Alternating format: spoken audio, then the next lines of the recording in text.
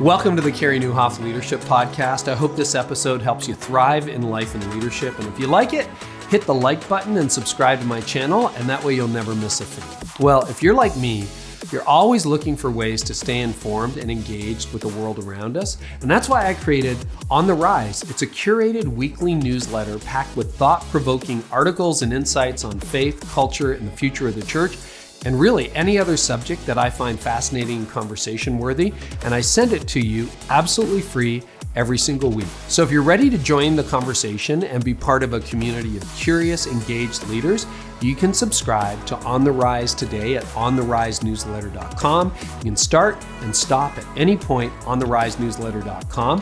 This episode is also presented by Glue. Glue is connecting the faith ecosystem in innovative ways. One way is by making it a lot easier for churches to connect with new visitors.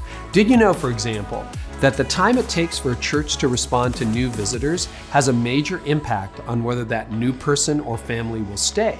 Well, with Glue, you can use automation to build engaging new visitor engagement journeys. You can learn how at get.glue.us/visitors. That's get.glue.us/visitors. And now to today's episode.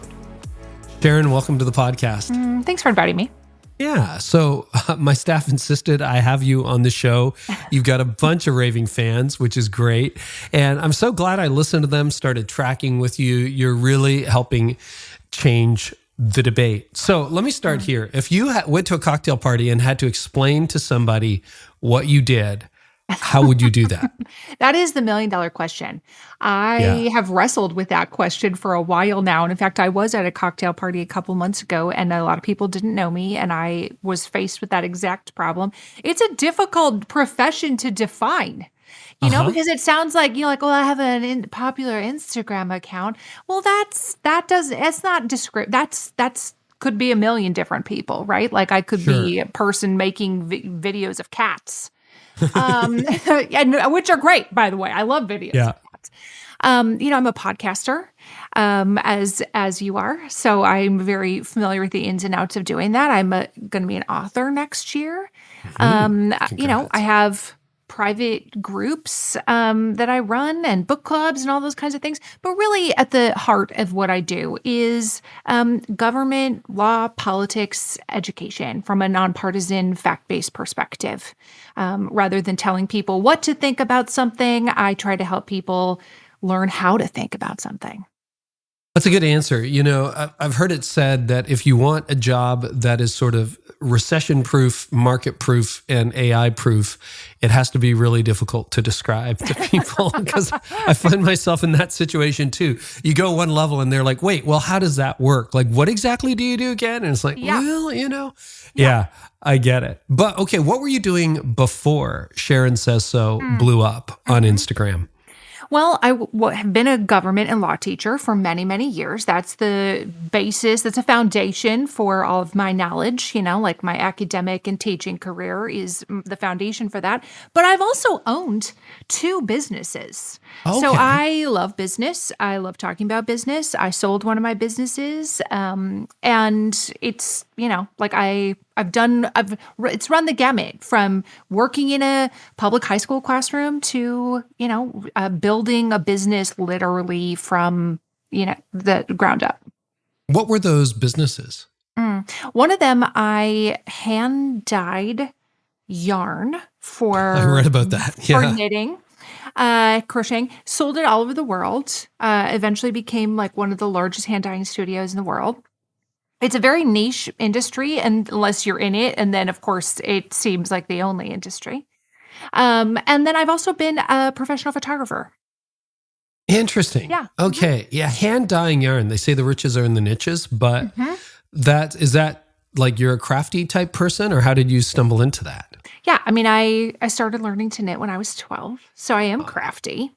This is always an interesting genesis story of how I got into hand dyeing yarn. I started doing it because somebody insisted that I must try.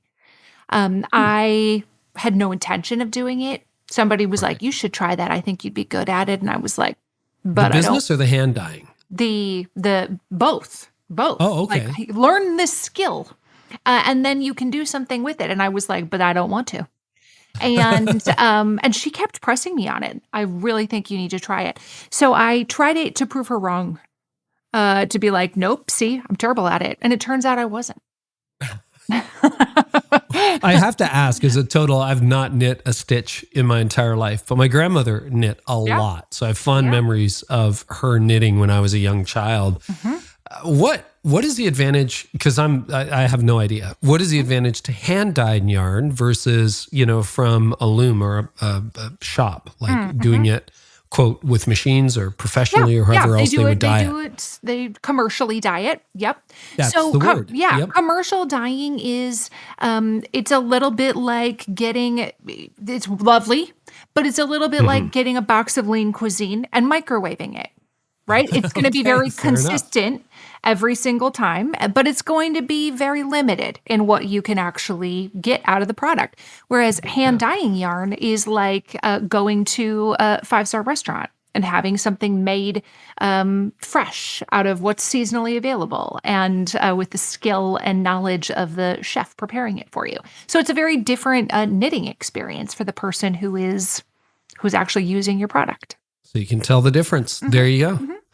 Good to know. Okay, that was a little excursus, but let's keep moving. Yeah. So teaching, do you have a background in law, or you got some degrees in politics and law, or how did that work out? Because that was the springboard into what you're doing now. The direct one. My background in law is in the academic study of constitutional law and in teaching those kinds of classes. I'm not an attorney.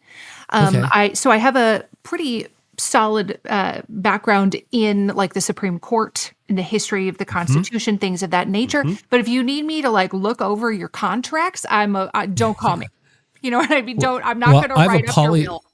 Poli-sci background for my undergrad, poli-sci history, and then law school. I loved constitutional law. I don't know if you ever heard of Peter Hogg, but he taught at the school I went to, like internationally renowned scholar who died, eventually went to the Supreme Court of Canada. But I love constitutional law and U.S. constitutional law. Really, really fascinating how a written document governs us. And that it's such an old one that we are still making work. Yeah. Yeah. Okay. So you taught that for a number of years. And then what happened? Let's get into the genesis story of Sharon Says So. Well, what happened was I wanted to move back to my hometown, which is it's a pretty small town in northern Minnesota.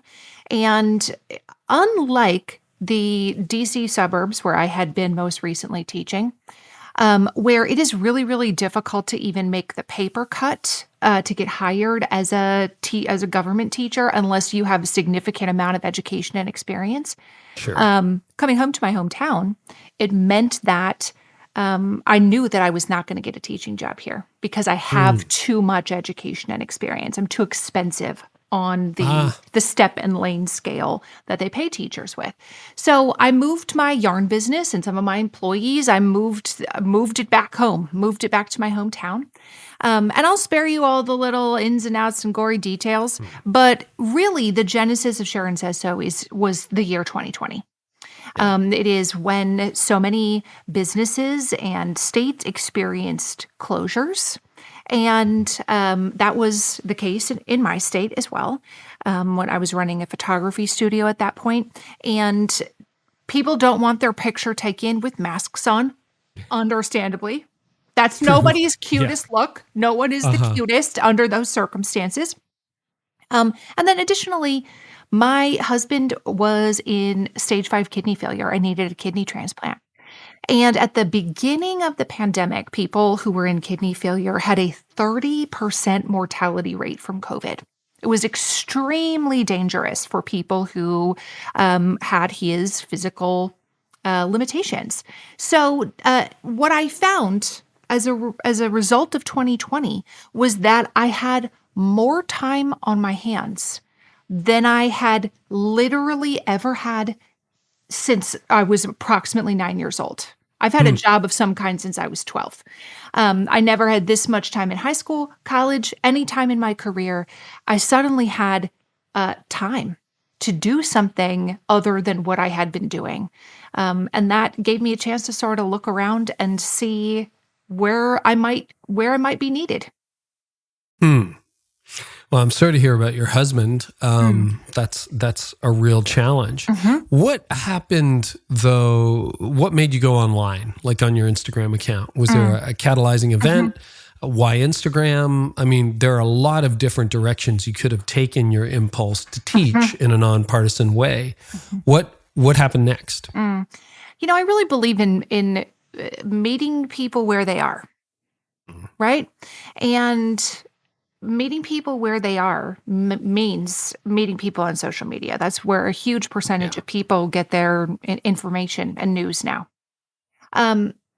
And there was a genesis, or there was a starting event, which is I saw a friend's Facebook post that was about the upcoming 2020 election. And there was a man who commented on her post.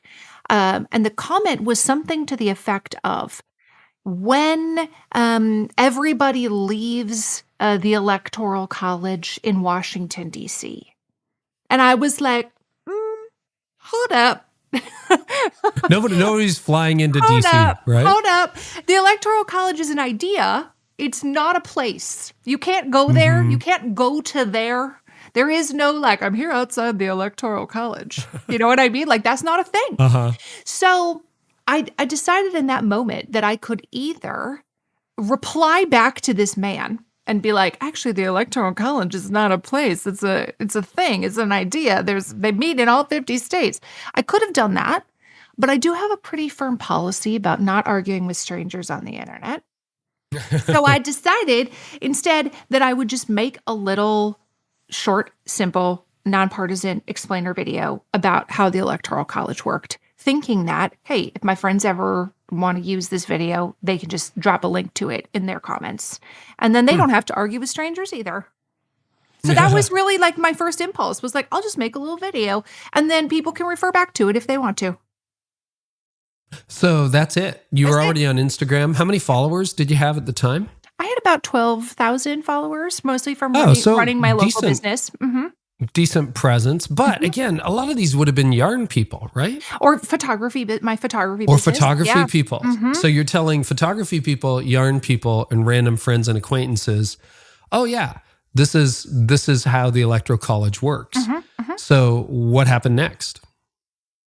Slowly, I mean, I started making more videos each week. I asked people in my audience, what do you want to learn about this week? Like, leave me a comment and I'll see what I can do. People wanted the answers to very, very basic government questions. Things about like, who will be the president if the first 4 people in the line of succession die? What would happen if a president refused to leave office? And they were like, no, I'm staying. You can't kick me out of this White House. I'm staying here. What would happen? Things that people sometimes wonder about, but it's difficult to find the answer to if you don't know where you're looking. So I just started surveying people, asking them, what do you want me to make a video about this week? One of the videos I made was about masks, actually.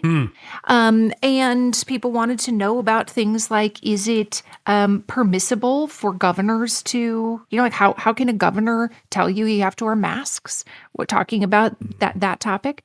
But again, not telling you if the governor should be telling you to wear masks, just talking about where do they get the authority from to do constitutionally, something like that. Yes. Are they empowered to do that? That's right. Great. So I just started making videos and they started getting popular. So you started getting a lot more engagement at that point. And then let's take the narrative further. Just tell us what happened. How many followers do you have now? Over 1 million. Wow. Yeah. That's insane. Yeah. It started with local news media. And, my previous business, I was relatively well known in the community. I knew a lot of people. And so when other people in the community saw what I was doing, they were like, this is interesting. Everything about 2020 was interesting / horrifying, right? And everybody was looking for like, what's an interesting story to tell? Everybody's at home. I started getting phone calls from radio stations and TV stations in, elsewhere in the state. And then that started mushrooming to, other locations as people began sharing my content farther and wider on the internet. Okay, so that happened. And was it like a meteoric curve in 2020 or has it just been something that's been building for the last 3 years? The 2020 election was a huge catalyst for what was happening. And so was January 6th, right? Like those two events had caused so much confusion. And so nobody, no matter who you voted for, zero people were like, well, that went well. Right? Yes, that's true. Like nobody That's was true. like, this was normal. Everybody had questions about what in the heck is going on here. Just the number of court cases that had been filed and what actually could happen. People were like, what could happen? That was really one of the big questions that people had. So there was a huge catalyst. Inflection point? Yes, the 2020 election and January 6th. When did you flip the switch, and what was in your decision-making to flip the switch? Because I believe I read this is an Atlantic article, I think, that you sold the yarn business, right? You've said that. When did you decide, I'm going all in and this is what I'm doing with my life? That was a slow realization. My husband did get a kidney transplant in August of 2020. So height of the pandemic. My children were not even allowed to go see him in the hospital. My mom. How's he doing now? He's doing great. He's doing great now. Oh, yes, that's amazing. Yes, he is doing great. He had a fantastic outcome. My mom donated one of her kidneys to a stranger so he could get one from a stranger. And by the way, the stranger that donated him a kidney is what they call a Good Samaritan donor, where the person who donated the kidney did not have an intended recipient in mind.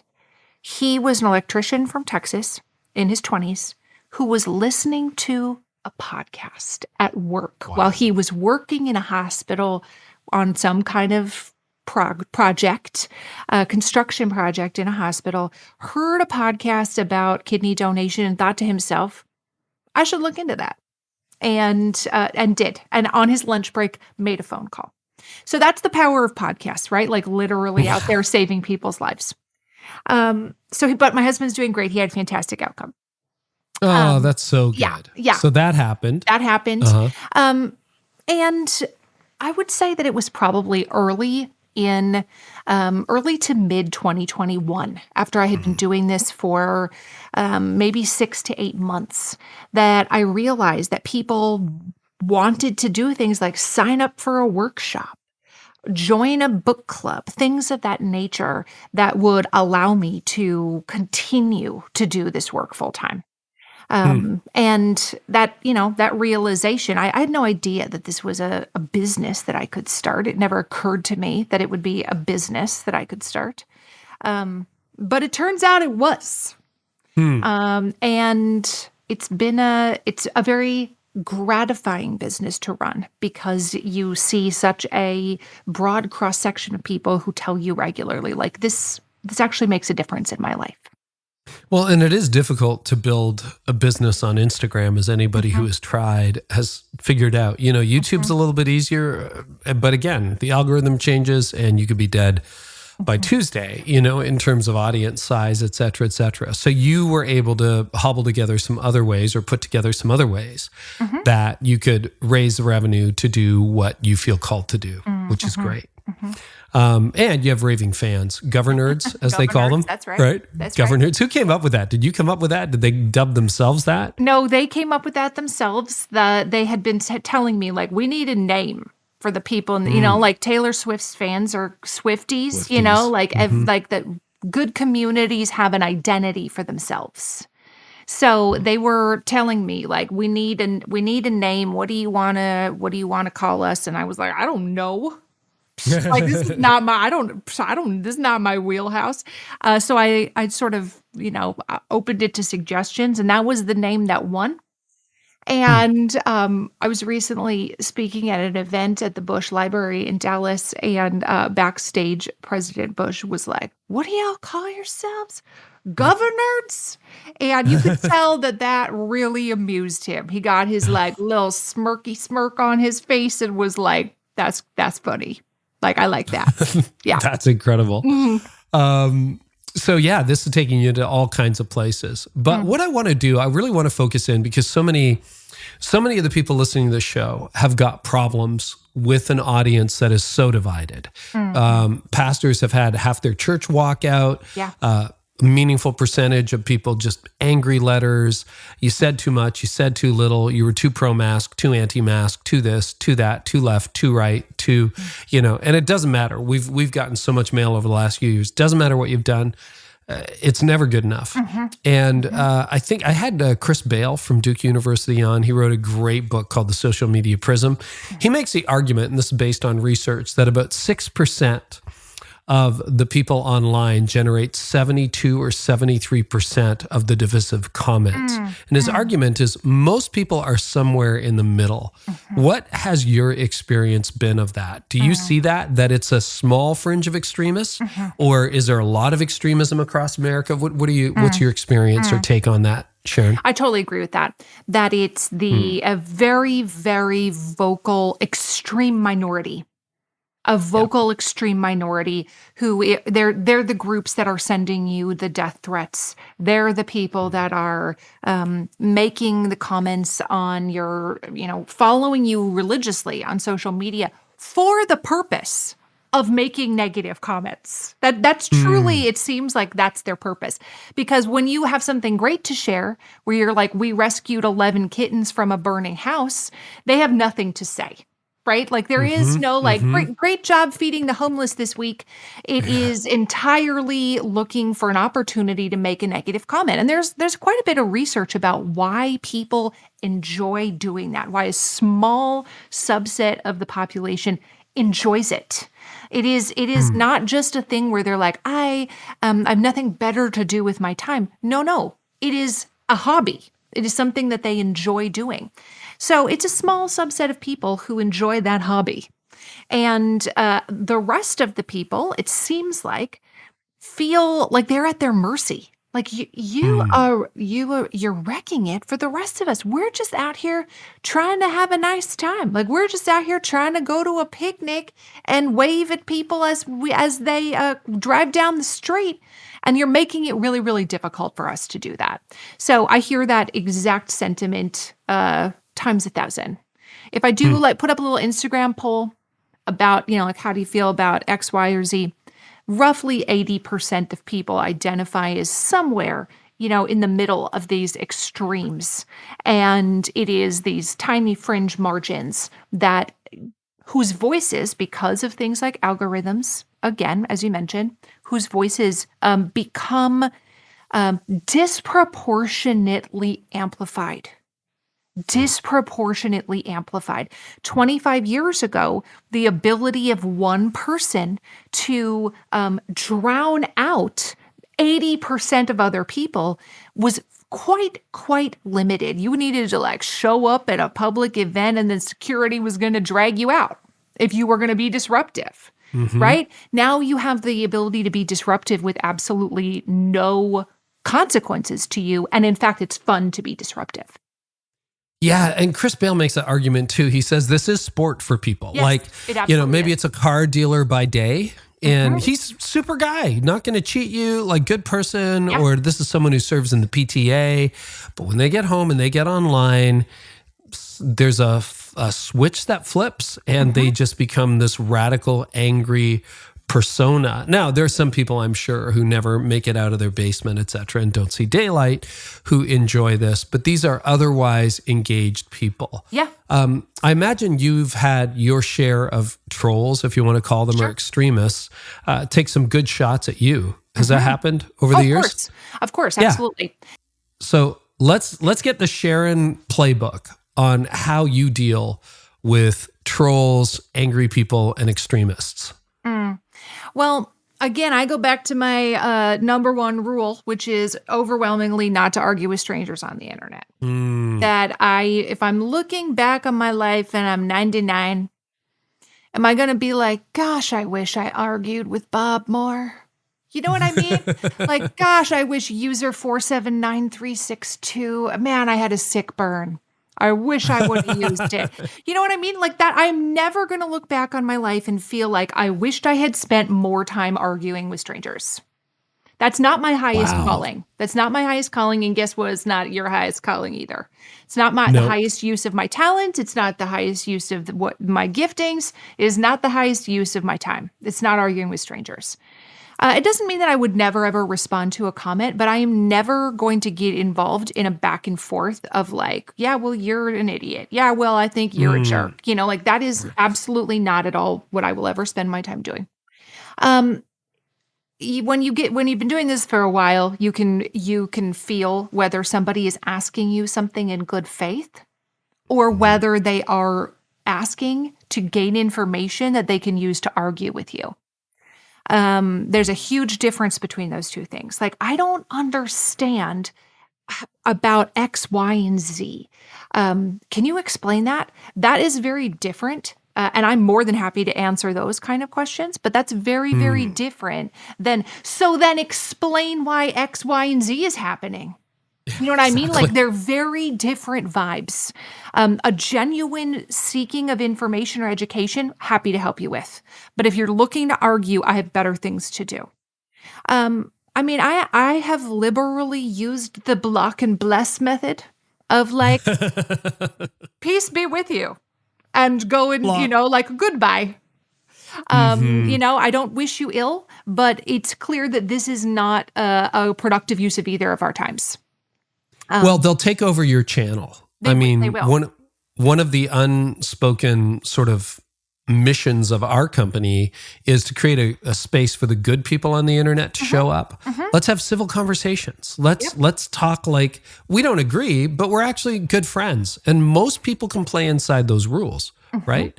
How do you nuance it? So think about the leader, particularly I'm thinking of pastors, who are like, yeah, I can block the trolls on the internet. That'll work. But how do I block the guy who sits in the back row or the elder who went crazy during COVID and turned out to be one of those people on the absolute extremes? Or I've heard staff members, like when you have a personal relationship with somebody, what are your rules of engagement for that kind of conflict and disagreement?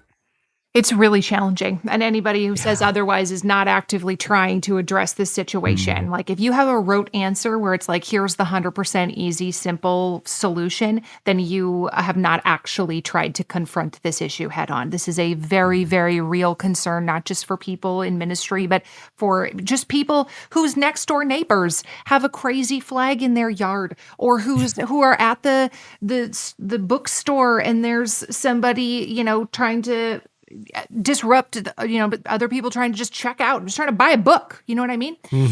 This is a common feeling amongst nearly everybody, that I don't know how to engage with people in my real life who have seemingly gone off the deep end, or whose goal is to engage me in some kind of battle or war that I don't feel is productive. What am I to do in that scenario? And it's much more difficult in real life than it is online. Of course, you can't just block somebody from showing up in your business or your church or whatever it is. So assuming that you want to maintain the relationship, assuming that that is the goal, that I need and want to maintain this relationship with this person, I approach it from the perspective of preserving the relationship is more important in this moment than scoring my points. There are many times when I know I could score against somebody. As Gen Z says, I know I could dunk on you, right? Like, I absolutely know that I could score a bunch of points. Your talking points are silly. You don't know what you're talking about. The Electoral College is not a place in Washington, D.C. Do you know what I mean? Like, I absolutely could score a bunch of points on you. But if my goal is to preserve the relationship, I keep in mind that my ability to influence you in the future for good only can happen if we maintain a relationship. If I cut you out, if I'm like, you're an idiot, you don't know what you're talking about, get out of here, my ability to influence them in the future is none. It's zero. Now, do I want the ability to influence Charles Manson? No, he belongs in prison, right? You know what I mean? Like, there are some people that are like that. I don't need an ability to influence everybody. But if it's somebody that I know personally and I want to have that hope, that has to be a goal. So I make a point of trying to talk about things that we have in common, things that I know are topics that are things that we can agree on. I have a neighbor who has a sign in his yard, a flag. His whole yard is full of flags. One of his flags says something very, very, very, very offensive. It has the F word on it. And it has I won't repeat it, but just suffice it to say, it's very offensive. And my children on a school bus go by this man's house every day, right? Like, I think it's a terrible move on his part to have all of this stuff in his yard. But nevertheless, he is going to continue to be my neighbor. He's lived in that house his entire life. It's his childhood home. He's not moving. You know what I mean? He's not moving, and neither am I. You're more likely to move than him. Yes, yes. He's not moving. And so we have to find a way to peacefully coexist with each other. And so what we talk about are birds. That's what we talk about. I live in the country, and I love birds, and so does he. And we have tons of birds in our neighborhood. And we talk about I saw a pileated woodpecker on my maple tree yesterday.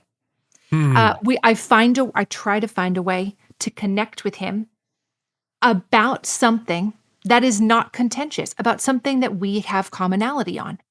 And actually, now that I've lived in this house for going on 2 years, last week he had taken all of the flags down out of his yard. Whoa. All of the flags down out of his yard. He had a trailer parked in front of his house where he had put all of this paraphernalia. I drove past his house, I crept along. I'm like, what is happening? And my husband was chatting with him, and it's not that he had a change of heart. It's not that he suddenly realized the error of his ways and had a come to Jesus moment. It's that he came to the realization, it's not worth it. It's not worth it. And that is a huge softening of his position, right? That's a huge softening of his position. It's not worth it to have all of this stuff in my yard anymore.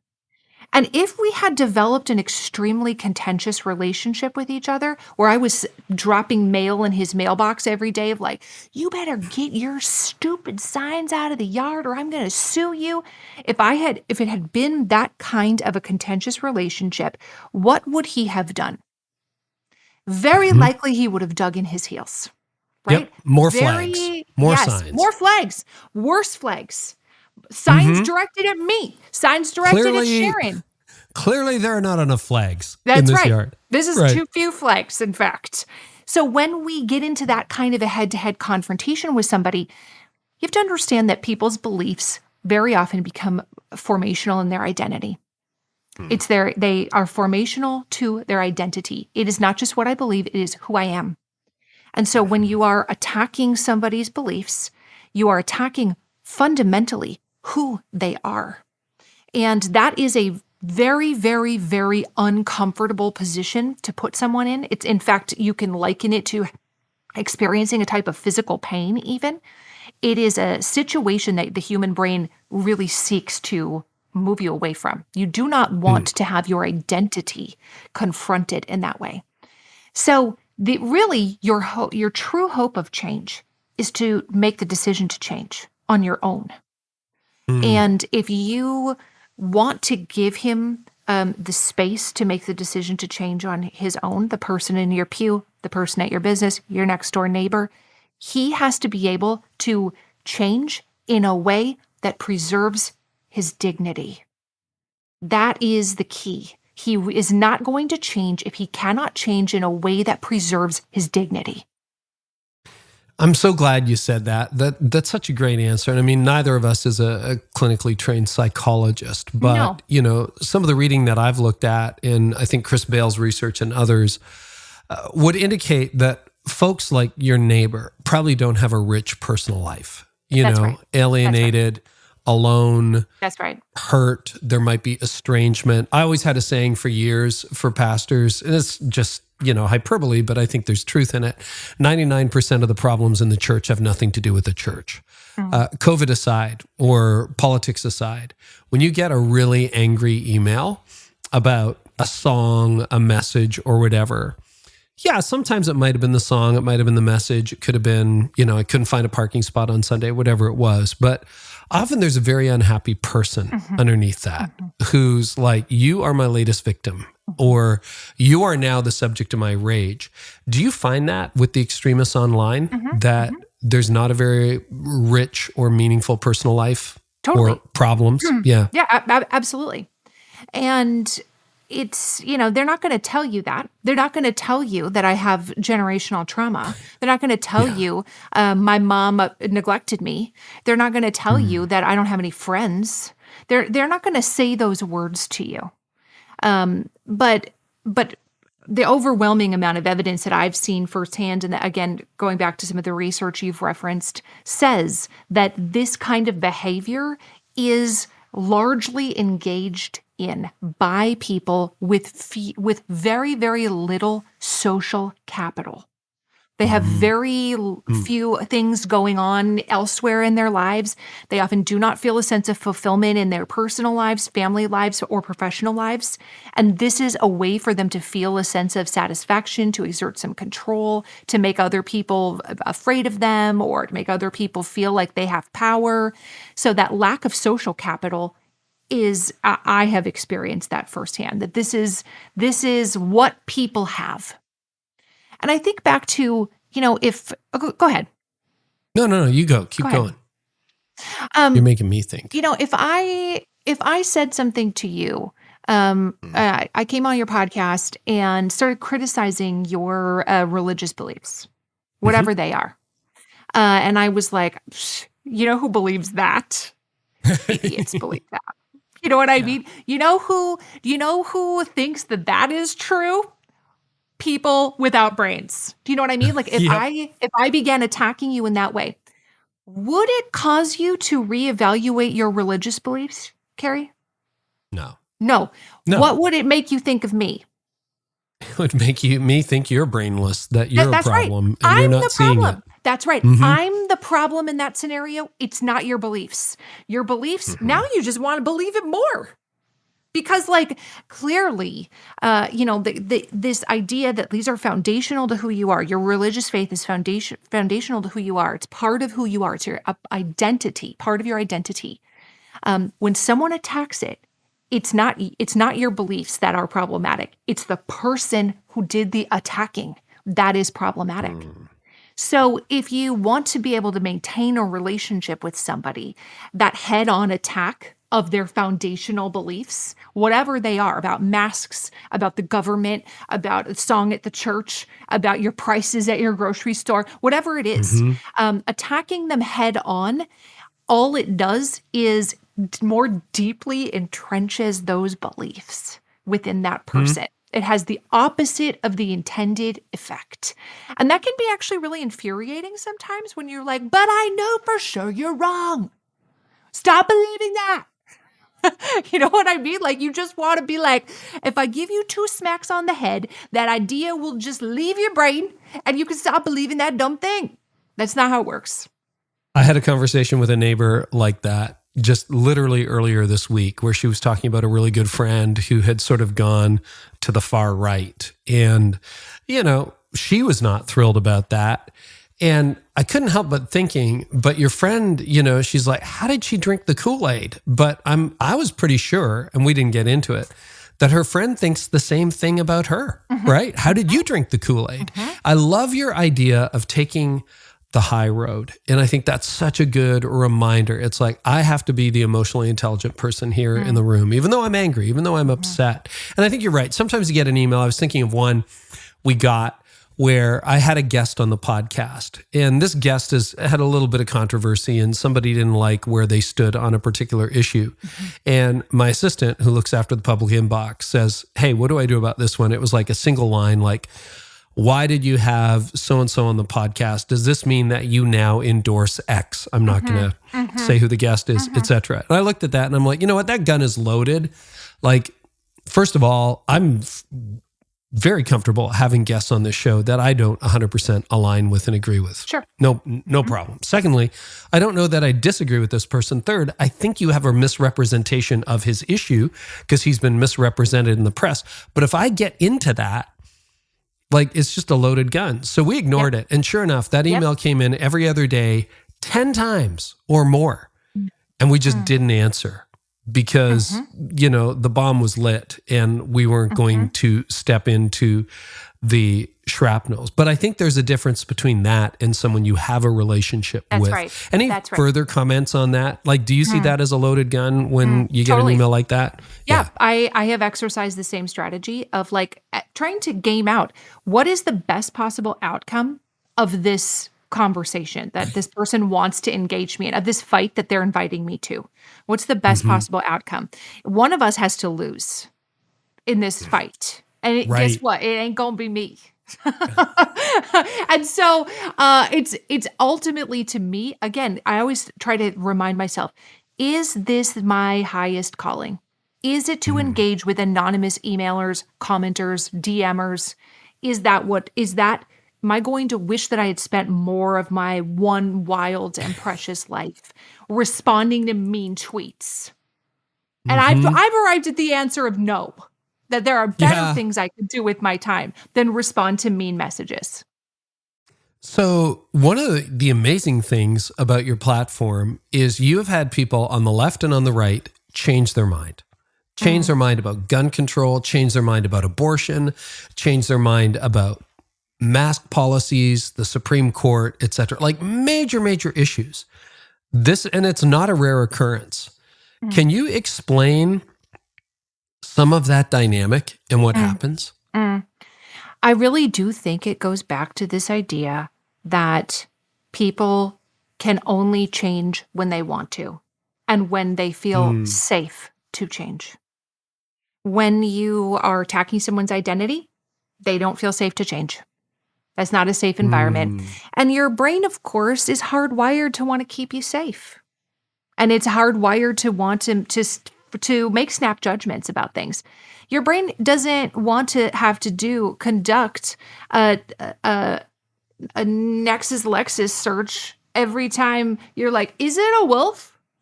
How should I run? Like, how many hairs does it have? Like, you don't have 20 minutes to evaluate every danger to you. Your brain wants to make a snap judgment of like, that is a wolf, get out of here. Right? So your brain perceives other scenarios as dangerous as well. Anything that is foundational to your identity. If you want your identity, somebody wants you to change your identity, that's dangerous. That's too much change. Your brain is trying to keep you safe. So that is, I try to approach conversations from the perspective of, here are some things to think about. Here are some facts about this scenario. What do you think? And that's the exact scenario that I used in the classroom for many years. I would much rather have a person with a really, really well-articulated opinion that runs counter to my own than somebody parrot back my own talking points. It's actually not that fun to talk to a parrot, right? Like they just repeat back what you're saying. That's like so that's good, not a Sharon. conversation. Yeah, it's 100%. Right. Yeah, I love it. I agree with all of that. That's not interesting to me. That's not interesting to me. I know that if you disagree with me and you can thoughtfully articulate a differing opinion than mine, that I have the opportunity to learn something in that scenario. That's far more interesting to me than somebody being like, that's right, times 1,000. You know what I mean? I mean, it's nice to hear that's right. It is nice once in a while. Yeah. It is nice, but that's not really a conversation. No. So asking people, what do you think? And then creating the conditions under which people can share what they think about something in ways that are not an attack on another individual. This is what is missing a lot in the public social media space, is a way to have a conversation with somebody that is not immediately perceived as an attack. If you write on your social media, gosh, I really disagree with this bill that Congress introduced.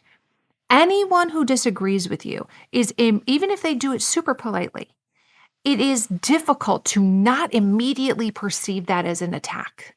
It's a very difficult thing to not take it as an attack, right? That's a great example. So let's talk about that. You're a leader. leading a church or a business who really, and this has shown up again and again and again in the public square on social, who really disagrees with, lockdown or no lockdown or a Supreme Court ruling or, pick your issue. We got an election coming up next year. Yep. So there'll be lots of things to disagree on. And they really want to implore the people who follow them, and they have a strong opinion. How would you phrase it in a way that Democrats and Republicans and independents can all come together and agree? Or is that just a lost cause? Like, how do you phrase it in a way that doesn't trigger that defensiveness and that anger and that vitriol in people? Well, one of the ways that I do that is by being a trusted intermediary. It's, do you just let people just say, okay, guys, here's the rules. Everyone be nice, and then let everybody go free in a room and duke it out? Like, it's going to quickly devolve into this, right? It's going to quickly devolve into headbutting. But I have spent a lot of years earning the trust of the people in my community. And I will ask them, if you're a Republican, what are your thoughts about Congress right now? And I will give only Republicans a chance to respond to that question. Nobody else is allowed to say anything. If you are a Democrat, what are your thoughts about this? No one's allowed to say anything. And what that does is it allows people to share their thoughts without directly responding to someone else's comment, because that's where the attacks come. Right? If I'm like, Carey, I disagree with you on that, that feels like an attack. But if somebody has a chance to say what they have to say, okay, you had your turn. Okay, Democrats, what are your thoughts about Congress right now? Democrats have a chance to share their thing. It's not a back and forth argument then, but people are able to articulate their positions without the back and forth. How do you decide? Because for the most part, you keep your personal views fairly close to your chest. Is that fair? You don't come out with an opinion on everything. It's not, you're not the talk show circuit or news show circuit where it's like, and now we're outraged about, that's not your MO. But you do have opinions. You talk, for example, about Vladimir Putin. You're very upset about Vladimir Putin, which I totally understand. But there are people in the world. I mean, if you look at those maps, like there are countries that support Putin and see the West as enemies. And so there's even diversity of opinion on that. You were public about the fact that the 2020 election was not stolen, correct? That's right. Or you've talked about mass shootings and gun control as well and taken a position on that. Putin aside, the 2020 election was a hotly contested issue, whether it was stolen or not. And so is gun control. I mean, you want to get people angry? Let's talk about gun control. When and how do you decide whether you weigh in on an issue? Yeah, that's a great question. And there is not one formula that I can give people that says you should only weigh in under the following circumstances. To me, when I'm talking about gun control, this is not about like, should people be able to have a gun in their home? This is not about, should you be able to protect yourself in your home? This is not about, should you have a gun to go deer hunting with? Those are very, very different scenarios than shooting 9-year-olds in a classroom. Those are two different scenarios. You having a gun in your home for home protection, I view as very, very different than somebody being able to easily buy the weapons that make it efficient to kill large numbers of children in a school. And of course, people say guns don't kill people, people kill people. The guns are a tool to make it easy for people to kill large numbers of people in a short period of time. That's what it is. It's a tool. And so we regulate all kinds of other tools that people can use or not use without infringing on their personal right to own a weapon for their own personal use at home. Those are two different scenarios in my mind. So because I am a longtime teacher, anything related to teaching and schools is going to be something that I care deeply about. It's going to be something that I don't feel that we can afford to be silent on. There should be nobody who's like, let's make it easier to shoot children in schools. There should be nobody who says that, right? Again, regardless on how we might disagree on how to get there, but we should all agree on the final outcome of it should be more difficult to shoot children and teachers in school buildings, just period. It should be harder to walk into a bank and kill your coworkers who did nothing to you. It should be harder to do those things, not more easy. So, where I feel like we can have a conversation is in a really good faith effort to discuss what are the things we can do to make it more difficult for that to happen. Where I don't have a lot of patience is for people who have no good faith effort to have a conversation about that, to whom they say all conversation is off the table. Right. All conversation is off the table on this topic because we have the Second Amendment. Well, again, as a person who's spent a long time studying the Constitution, we have not always interpreted the Second Amendment as we do now. There's been a wide variety of interpretations about the Second Amendment, and we won't get into that here and now. But there must be a conversation about protecting our children in schools. So to you, that was just a very personal issue. You thought, yep, totally. I'm going out there.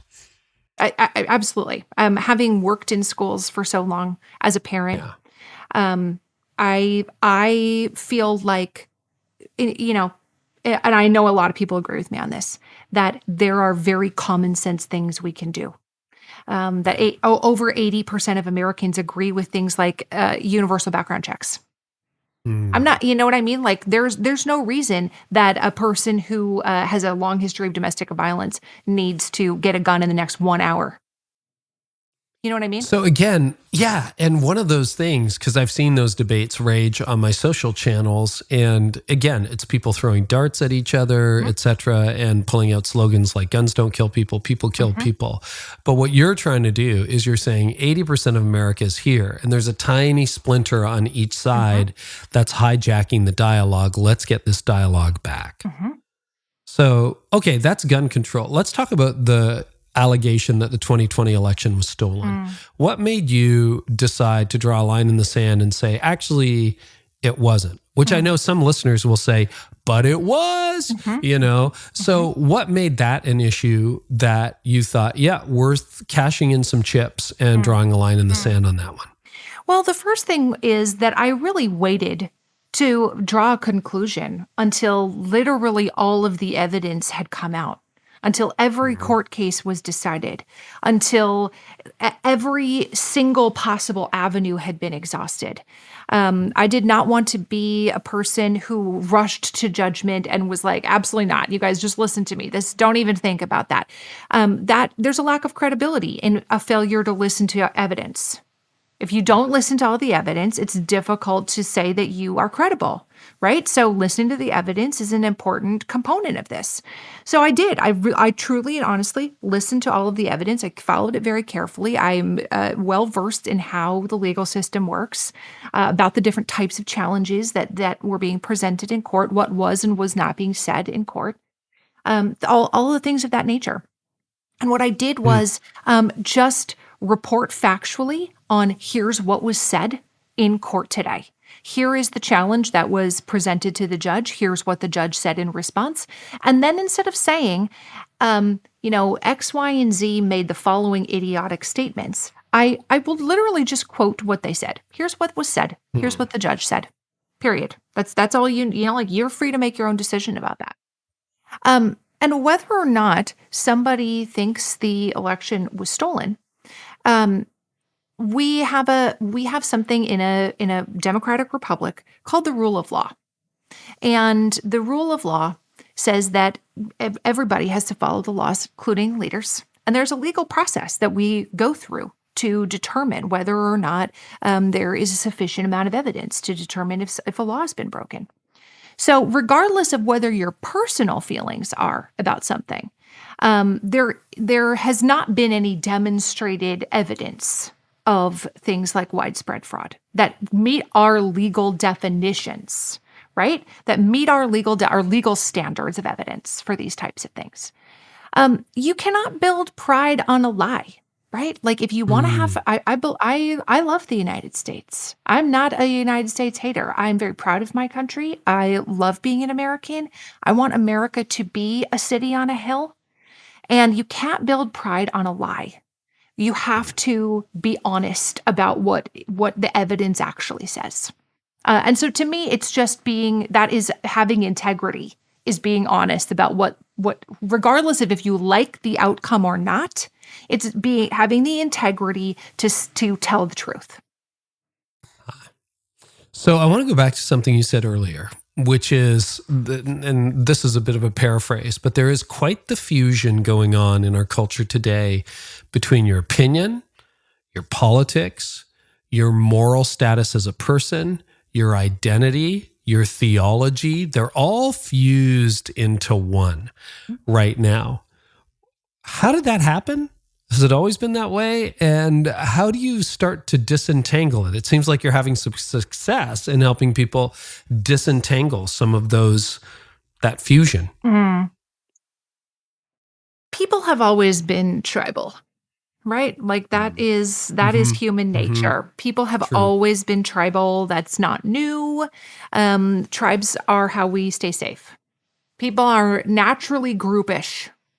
They naturally want to be part of a group, an in-group or an out-group. If you were alone on the savannah, you were soon dead, right? So being groupish benefits humankind. So this idea that our identity is tied up in our beliefs and that we want to be over here with this group who believes the same things that we do, that is not at all new. That's endemic to humankind. Now, the nature of groups has changed dramatically, right? We used to belong to groups of our kinfolk. We used to belong to groups of our village. We used to belong to, like what we might know today is an ethnic group, although they might have had a different term for it. We had different types of identities that we belonged to, and that those identities were very important for our survival. In fact, the evidence shows that the more strong a group's identity was, the more successful they tended to be. Groups that had loose identities were less successful. So I think understanding human nature is an important component of talking about these things. That to ask somebody to abandon what your brain naturally wants to do is asking them it's a big ask. It's a big ask. Yeah. And it's a little bit like asking people to like never ever eat their favorite food. You're like, but I love it. But I love it. Never again. I can't ever have the pizza again. It's a big ask to ask them to give up something that they really, really love. So that's something to realize, I feel. Another thing, though, is understanding the nature of how groups have changed over time. That we now belong to so many different groups. We are no longer just kinfolk, or we are no longer just members of a tribe or members of a village. We now have a myriad of identities that make up who we are. We have, do you have an R or a D behind your name? Do you live in the North or the South? What race do you belong to? What's your socioeconomic status? Are you well educated or not? Do you like The Office or not? Right? Like there's only one answer to that. Yeah, but, there's a million different ways to engage with your identity now. Right. And some of those are less helpful than others. Some of those are less helpful than others. And helping people understand what's helpful and what's not helpful, I think that's really the $1 million question.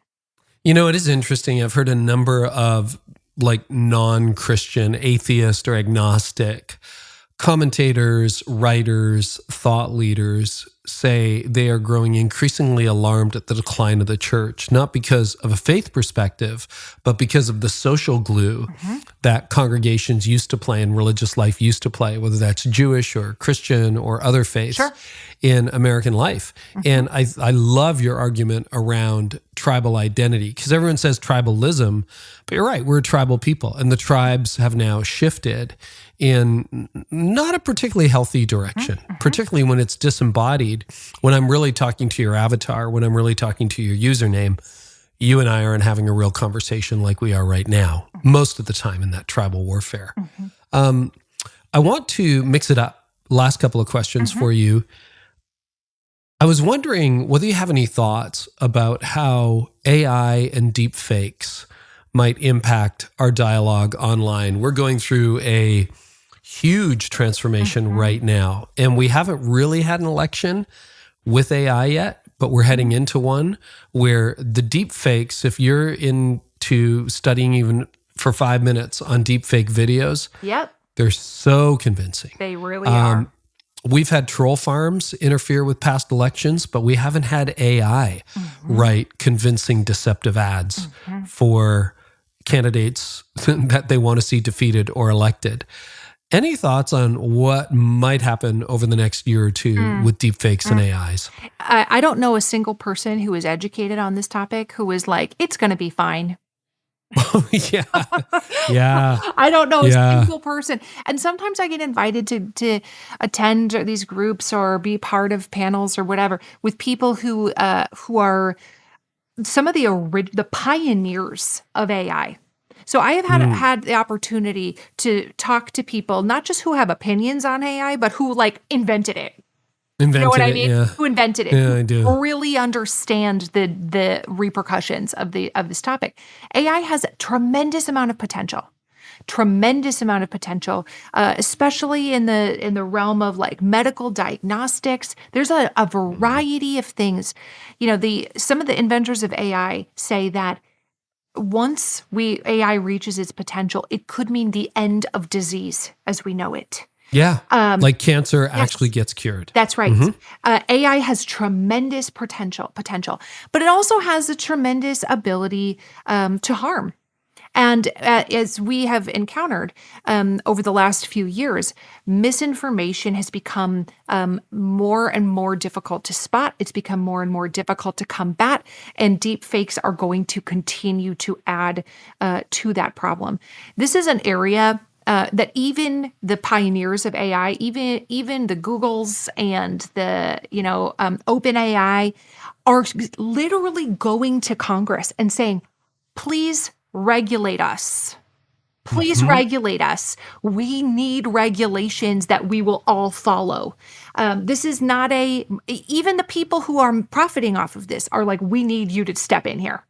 Because what will happen if we just decide to pull back the reins and be like, "Listen, that's unsafe. We're not going to do that."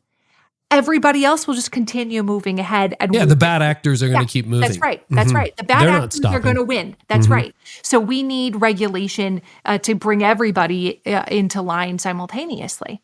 So this is a great example of why the current type of rhetoric, political rhetoric that is happening in the United States is a danger to national security. It is because Congress has become so dysfunctional that they cannot get meaningful legislation for the United States passed, by and large. They are too busy arguing over their mean tweets and their press conferences and their viral dunk moments and filling their coffers with campaign re-election funds, that they are not willing and able to engage in meaningful dialogues and meaningful legislation about things that are actually very pressing matters. I hear you. You know, I don't know how familiar you are with Doris Kearns Goodwin's work, but her book, I mean, she says LBJ, Lyndon B. Johnson, was one of the last people who really did a great job of crossing the aisle and saying, we need to work together on this. And that's how we got the Great Society passed. And I think it was in the Clinton era when Congress people stopped living in Washington and they started living more. They had an apartment there, but they were more based in their constituencies. And that meant that they weren't going to the same church services. They weren't going to the ball game together. They weren't in the same restaurants. And that same thing that we now see years later on social media, where we're dealing with disembodied people. You become a caricature of, you don't see the person. Yeah, it's rather frightening if you really think about where we could be heading. And that's why I'm so grateful for your voice. So a super practical question to wrap it up. People are going to summer barbecues and eventually Thanksgiving and Christmas and Easter and da-da-da-da-da-da. And they're going to have to meet their family members, some of whom might be like your neighbor who might have a lot of flags in their yard, etc. I think you partially answered this question already, but I want to take one more crack on the very practical level. When you're sitting at the dock on a beautiful day by a lake this summer, having a barbecue, and someone says, so about the Democrats or about the Republicans, and just starts going down that road, what is your advice in real life for people who would rather find another path to talk about things? The first thing is know thyself. Understand what is your tolerance for being able to hear things about your own political party that are criticisms. I don't have a political party. I personally think political parties are dumb. I would like to see either them be gotten rid of or have a whole bunch more of them. I have zero allegiance to any political party. So to me, I can listen to bad stuff about Democrats and Republicans all day and be like, that is correct. You know what I mean? I have a high tolerance for that, but many people tell me that they don't. And so when I say that, know thyself, know what your own tolerance level is. I am somebody who can tolerate a lot of it. You might not be. And so in that case, if you're like, listen, I'm not going to be able to have this conversation without getting real heated. I'm not going to be able to do it. I've two thoughts for you. One is, if you know your uncle is going to be there and he's going to be wearing his, paraphernalia that has F word on it and whatever, Fair enough. If he's going to be wearing his, this is going to come up when he's there. One thing you can do is send a text message to him or to your family and be like, FYI, so excited to see you. 4th of July, favorite holiday. Love it. Let's eat some hot dogs. Can't wait to give you some hugs. But I personally am not going to be taking part in any conversations about politics, just so you know. But I love you and I'm excited to see you. Telling people up front what you are not going to do. First of all, it's setting a boundary. Boundaries are not about telling other people what they're going to do. It's telling other people what you're going to do and what you will accept. And just say, at a time when there's no confrontation, reiterate how excited you are to see them. It's the best time of the year. Kids are going swimming, whatever it is. Just say, I am not going to do politics this summer, political conversations, just because I really want to have a great, great time. But I can't wait to see you and eat some ice cream. That feels a lot different to people than in the moment being like, Bob, why can you never shut up about this topic? You know what I mean? That feels and it's really not different. Asking them to stop. That's right. It's saying, I'm not going to do that. And if you say it in a way that seems like upbeat, so excited to see you, love you guys, but it doesn't seem confrontational in the same way of like, stop talking to me about this. Or I am so tired of all of our family functions being hijacked by. That's right. Why is everybody so dysfunctional? I hate. Because I'm not. Because I'm perfect and the rest of y'all are crazy. You know what I mean? It just it feels really different than something else. And then if Bob wants to have a conversation with Cindy when you're not there, then they can go ahead and do that. You're not dictating to them what they do in your absence, right? So that's one thing. And the other thing is, if somebody is this has happened to me a number of times, where somebody is really trying to push my button or get my goat on something. There's a few little phrases that I like to use. One is some people like him. Like they're talking about a politician that you really, really dislike, whoever that is. Some people like him. And that deflects the conversation of like, what are you going to say about that? I mean, that's just true. Some people like him. Some people love her. And it allows you to say, like, you're responding to what they're saying without engaging in furthering the conversation. Some people love her. I hear that. Some people love her. And it allows you to kind of backtrack without necessarily causing this big clash. Do you know what I'm saying? Some people love that. Or, another phrase is something like, I know, there's so much going on right now, isn't there? That's a true statement. That's just a true statement. And then we're going to pivot to the summer vacation. We're going to pivot to the ice cream. We're going to pivot to, like, are you taking any trips this summer? Have you seen any pileated woodpeckers? Like, what's going on with your truck? I heard that was like broken down last time I saw you. You know what I mean? We're going to pivot from so much going on. I hear you. That's great advice. All right. Yeah. Last question before we get to your channels.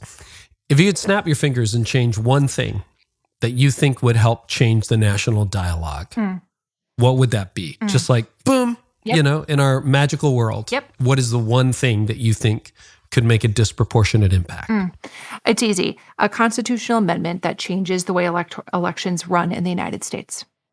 Number one, it would eliminate money in politics. 80+% of Americans do not think that politics should be ruled by money, but they are. Most people don't want billionaires controlling the political system, but they do. But they do. Sometimes. So it would change the way elections are funded. Pardon me. I would shorten the amount of time that somebody has to run for office. Listen, I have been doing this my whole life, and I cannot handle it anymore. You know what I mean? Like, if I'm tired of it, like it is May of 2023. We have a whole year and a half of this. I don't need that. Nobody needs that much time. Nobody needs a year and a half to decide who to vote for. No other countries take a year and a half to campaign for the highest we're office. 6 weeks in Canada. It's like, it's crazy. It's like, there's an election. You're voting in 4 to 6 weeks. It's like, all right. And here are the national party leaders. Here's the candidates. Go. Yes. And it's all over with. I feel like I get it. America's a large and diverse country. Okay. Physically large, population large, 10 times as big as Canada in terms of population. Sure. But so I feel like, okay, if we had 3 months, if you had 12 weeks to crisscross this country, appear at all the things you want to do, go to all the debates, make all the speeches, I can make up my mind in 12 weeks. Okay. That's how much time I need. I probably need less than that, frankly. But the American public can make up their mind in 12 weeks because literally every other democracy in the world does not listen to this for 20 months. It's ridiculous. There is no concept in which the framers envisioned a 20-month election cycle. The idea that it takes $1 billion+ to get elected president, what a waste. What a waste. You know what I mean? Like, we could spend that money. We spend $1 billion on a lot. $1 billion each, Carey, is how much they spent over. Trump and Biden spent over $1 billion each trying to win the 2020 election.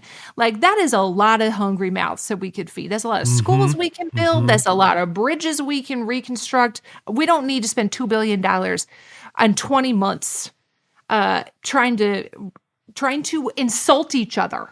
Because that's what it I don't need to listen to 20 months of people telling me why so-and-so is bad. I'm done with that. I'm not interested in that anymore. It would eliminate gerrymandering, where you're drawing political boundaries for the sake of changing the electrical map. Yep. So that would be my one thing is if we could do that, the entire political landscape of the United States would change overnight. Boy, I did not expect that, and I love that answer. That's fantastic. Well, Sharon, maybe we'll have you back when your book comes out. I'm very excited to read that next year. Thank you for your voice. Thank you for being one of the sane people out there on the internet and really creating the kind of dialogue I think most of us really want to have, and for some incredibly practical, implementable advice on today's podcast. Thank you so much. Thanks so much for having me. Great. Oh, and channels. Just tell us where we can find you on the internet. You can find me on Instagram at Sharon Says So. My website is just my name, SharonMcMahon.com. And then my podcast is Here's Where It Gets Interesting. And you can listen to that wherever you get podcasts. And it does get interesting. Sharon, thank you. Thank you.